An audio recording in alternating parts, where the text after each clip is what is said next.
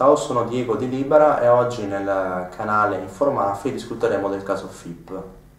Cosa è successo? Sono stati indagati più di 5 persone, tra cui Gioachino Francesco La Rocca, figlio di un capomafia vicino a Cosa Nostra, Mauro Scaramuzza, l'amministratore delegato della FIP industriale, e Achille Soffiato, che è l'ingegnere che si occupò del progetto per la variante Caltagirone. Esattamente 2 anni fa la FIP industriale insieme all'LC Lavori e Costruzioni si unirono tramite ATI, cioè Associazione Temporanea di Impresa, per partecipare e vincere un appalto del valore di ben 140 milioni di euro. Questo appalto non prevedeva altro che la creazione di una serie di strade e di viadotti lungo la città di Caltagirone per renderla più accessibile.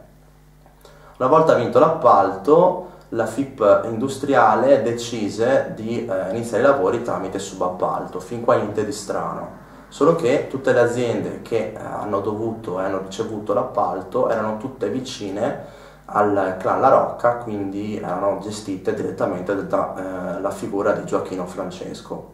In pratica la FIP industriale suddivideva l'appalto in più subappalti, come ho spiegato poc'anzi, in modo da non dover superare il valore di 154.000 euro. Questa cifra non è a caso, ma è voluta in modo da evitare di dover compilare la certificazione antimafia e quindi evitare fastidiosi controlli da parte della procura. Oltre al danno anche la beffa, perché la FIP industriale insieme all'LC Lavori e Costruzioni, la Regione Sicilia, l'ANAS della provincia di Catania e la Procura sottoscrissero un patto di legalità e di trasparenza in modo in cui si impegnavano a rispettare la legalità, ad evitare infiltrazioni mafiose nel progetto variante Caltagirone.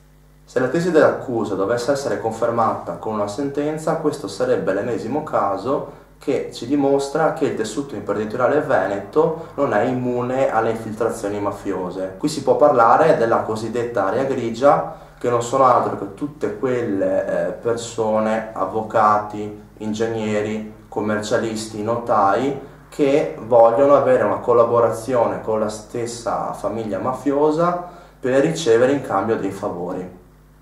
Come ha più volte affermato il nostro presidente Don Luigi Ciotti, la vera forza della mafia è fuori dalle mafie.